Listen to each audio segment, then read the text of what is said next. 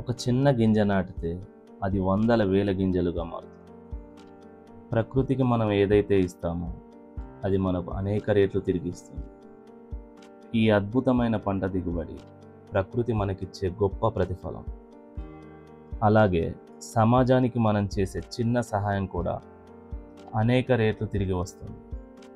మీరు ఇచ్చిన చిన్న కానుక సమాజంలో ఒక పెద్ద సానుకూల మార్పునకు నాంది పలుకుతుంది. ప్రకృతికి సమాజానికి రెండింటికి ఇవ్వండి, మీకు ఎన్నో రేట్లు తిరిగి వస్తుంది.